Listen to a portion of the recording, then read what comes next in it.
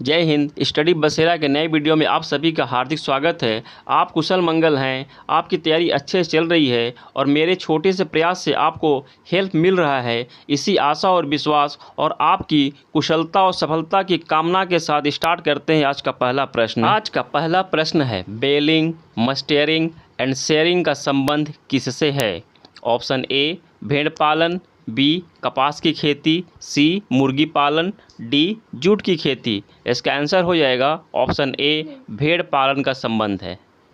Next question है, मुद्दुमलई वन्य जीव अभयारण्य कहाँ है? Option A Karnataka, B Kerala, C Andhra Pradesh, D Tamil Nadu. इसका आंसर हो जाएगा ऑप्शन डी तमिलनाडु। तमिलनाडु में मुद्दुमलई वन्य जीव अभयारण्य है। नेक्स्ट क्वेश्चन है, आलू की खेती भारत में कहाँ से आई है? ऑप्शन ए पुर्तगाल, बी तुर्की, सी अफ्रीका, डी फ्रांस। इसका आंसर हो जाएगा ऑप्शन ए पुर्तगाल। पुर्तगालियों ने भारत में सबसे पहले आलू की खेती को लाया था। अगला प्रश्न है, निम्न में से जायद फसल कौन है? ऑप्शन ए बाजरा, बी तरबूज, सी गन्ना, डी सरसों। इसका आंसर हो जाएगा ऑप्शन बी तरबूज। तरबूज जायद फसल है।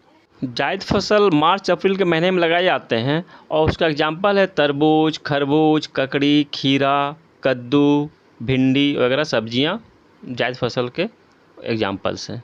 नेक्स्ट क्वेश्चन है, दाल का उत्पादन सबसे ज़्यादा कहाँ होता है? Option A Madhya Pradesh, B Uttar Pradesh, C Punjab, D Haryana. इसका आंसर हो जाएगा ऑप्शन ए मध्य प्रदेश। मध्य प्रदेश में दाल का उत्पादन भारत में सबसे ज़्यादा होता है और विश्व में दाल का उत्पादन सबसे ज़्यादा भारत में होता है। दाल का प्रोडक्शन भारत में सबसे ज़्यादा होता है और कंजम्पशन भी भारत में ही सबसे ज़्यादा दाल का होता है। दाल का कंजम्पशन भारत में सबसे ज़्यादा होने के पीछे का कारण मुझे लगता है कि भारत में सबसे ज़्यादा शाकाहारी लोग हैं, दूसरे मतलब वर्ल्ड में दूसरे कंट्री के कंपेयर में। नेक्स्ट है, दक्षिण भारत का मैनचेस्टर किसे कहते हैं? Option A Chennai, B Coimbatore, C Hyderabad, D Madurai. इसका आंसर हो जाएगा ऑप्शन बी कोयम्बटूर। कोयम्बटूर को साउथ इंडिया का मैनचेस्टर कहते हैं। मैनचेस्टर ब्रिटेन का एक औद्योगिक शहर है जहाँ की सूती वस्त्र का उत्पादन बहुत ही बड़े पैमाने पर होता है और विश्व भर में सूती वस्त्र के लिए मैनचेस्टर, ब्रिटेन का मैनचेस्टर फेमस है।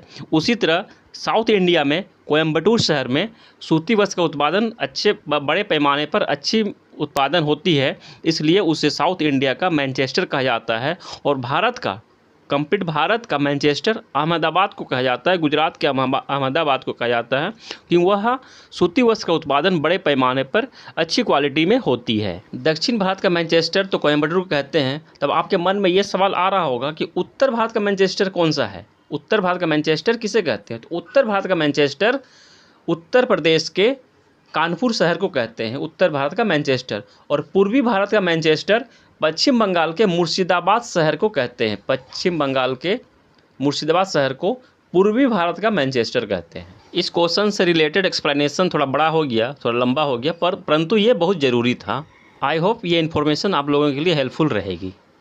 नेक्स्ट क्वेश्चन है, दक्षिण भारत के किस राज्य की समुद्री सीमा सबसे लंबी है? Option A Tamil Nadu, B Karnataka, C Andhra Pradesh, D Kerala. इसका आंसर हो जाएगा ऑप्शन सी आंध्र प्रदेश। आंध्र प्रदेश राज्य का दक्षिण भारत के राज्यों में कोस्टल लाइन सबसे लंबी है और भारत में सबसे लंबी कोस्टल लाइन गुजरात स्टेट की है। मतलब कि भारत में फर्स्ट नंबर पे कोस्टल लाइन जिसका है गुजरात है और सेकेंड नंबर पे आंध्र प्रदेश है। कोस्टल लाइन से रिलेटेड कुछ मैं एक्स्ट्रा फैक्ट्स बता रहा हूँ, हो सके तो आप लोग इसे नोट डाउन कर लीजिएगा। जो गुजरात की तटरेखा की लंबाई है करीब 1214.7 किलोमीटर है और आंध्र प्रदेश की है 974 किलोमीटर। और तीसरे नंबर पे तमिलनाडु का कोस्टल लाइन जिसकी लंबाई है 906.9 किलोमीटर। ये 3 याद रखना कम से कम। कभी कभी क्वेश्चन में क्या होता है प्रश्न कि दूसरे नंबर का कोस्टल लाइन दूसरे नंबर का पूछ लेता है, क्योंकि सभी कोई तो फर्स्ट नंबर पे क्या है, फर्स्ट नंबर कौन है वो याद रखते हैं, लेकिन दूसरे नंबर का और तीसरे नंबर का याद नहीं रहता है, उसको ध्यान में नहीं रखते हैं। कभी कभी क्वेश्चन में पूछा कि बताइए दूसरे नंबर पर क्या है। अब हम लोग ये 3 नंबर तक याद रखने की कोशिश करेंगे। अगला प्रश्न है, भगीरथी और अलकनंदा के संगम को क्या कहते हैं? Option A Devprayag, B Karnaprayag, C Nandprayag, D Rudraprayag. इसका आंसर हो जाएगा ऑप्शन ए देवप्रयाग। भागीरथी और अलकनंदा के संगम को देवप्रयाग कहते हैं। अब पंचप्रयाग के बारे में थोड़ा समझ लेते हैं कि पंचप्रयाग कहाँ कहाँ है और किन किन नदियों के मिलने से बनते हैं, उनको थोड़ा डिटेल समझ लेते हैं। हो सकता है तो आप लोग इसे नोट डाउन कर लीजिएगा, हमेशा के लिए आप लोगों के पास सुरक्षित रहेगा। सबसे पहले धौली गंगा विष्णु गंगा ऊपर से निकलती है, दोनों एक जगह मिलती हैं। वो दोनों के संगम स्थान को विष्णु प्रयाग कहते हैं। और दोनों नदियाँ मिलकर, धौली गंगा विष्णु गंगा मिल जाने के बाद उसके बाद आगे बढ़ती है तो वो नदी का नाम हो जाता है अलकनंदा। अलकनंदा नदी जो कि आगे तक बहती जाती है। अलकनंदा नदी में नंदाकिनी आकर मिलती है और जिस स्थान में मिलती है उस संगम को कहते हैं नंद प्रयाग। अलकनंदा नदी और आगे की ओर बहती है और आगे बढ़ती है तो उस अलकनंदा में नदी में आकर मिलती है पिंडार नदी। पिंडार नदी और पिंडार और अलकनंदा के संगम को कहते हैं कर्ण प्रयाग। अलकनंदा नदी आगे की ओर बहती है और उसमें आकर मिलती है मंदाकिनी नदी। ध्यान से सुनिएगा, अलकनंदा नदी पहले से आ रही है, उसमें आकर मिलती है मंदाकिनी नदी और अलकनंदा और मंदाकिनी के संगम स्थल को कहते हैं रुद्रप्रयाग। अलकनंदा नदी अब आगे की ओर और बहती है और उसमें आकर मिलती है भागीरथी नदी और भागीरथी और अलकनंदा के संगम स्थल को कहते हैं देवप्रयाग। देवप्रयाग में अलकनंदा और भागीरथी मिल जाती है, उसके बाद दोनों नदी एक साथ आगे बढ़ती है। उस नदी का नाम हो जाता है, इस जगह से देवप्रयाग से नदी का नाम हो जाता है गंगा नदी। यहाँ से इस नदी का नाम है गंगा नदी। उसके पहले सभी नदियाँ अलग अलग हैं। आई होप अब आप लोगों को पंचप्रयाग से संबंधित सभी तरह का प्रश्न आराम से हल कर पाएंगे और गंगा नदी का पैटर्न भी समझ गए होंगे। अब यहाँ मैंने सभी नदी और प्रयाग का नाम हटा दिया है। अब आप लोग खुद से इसको स्क्रीनशॉट ले लीजिए या फिर डाउनलोड कहीं भी कर लीजिए और उससे खुद से प्रैक्टिस कीजिए। सभी नामों को लिखिए, नदियों का नाम और प्रयाग का नाम को लिखकर अभ्यास करते रहिए। अगला प्रश्न है, किस स्थान पर सूर्य की सीधी किरणें नहीं पड़ेगी? Option A Ladakh, B Ranchi, C Hyderabad, D Bengaluru.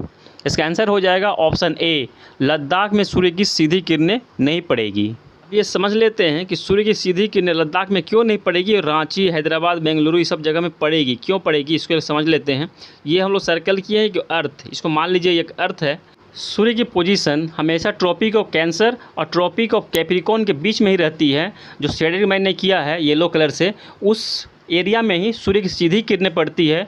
Tropic of cancer और ट्रॉपिक ऑफ कैप्रिकॉर्न से जो भी एरिया जितनी दूर होगा वहाँ उतनी ही तिरछी किरणें पड़ेगी। इस तरह हम लोग देखते हैं कि भारत के बीचों बीच से ट्रॉपिक ऑफ कैंसर गुजरती है और लद्दाख कर्क रेखा से ट्रॉपिक ऑफ कैंसर से थोड़ी दूरी पर है, इसलिए वहाँ तिरछी किरणें पड़ती है। अगला प्रश्न है, कामरूप किस राज्य का प्राचीन नाम है? Option A Kerala, B Karnataka, C Assam, D Tripura. इसका आंसर हो जाएगा ऑप्शन सी असम। असम राज्य का प्राचीन नाम कामरूप था। आई होप ये वीडियो आप लोगों को पसंद आई होगी, मेरी मेहनत भी पसंद आई होगी।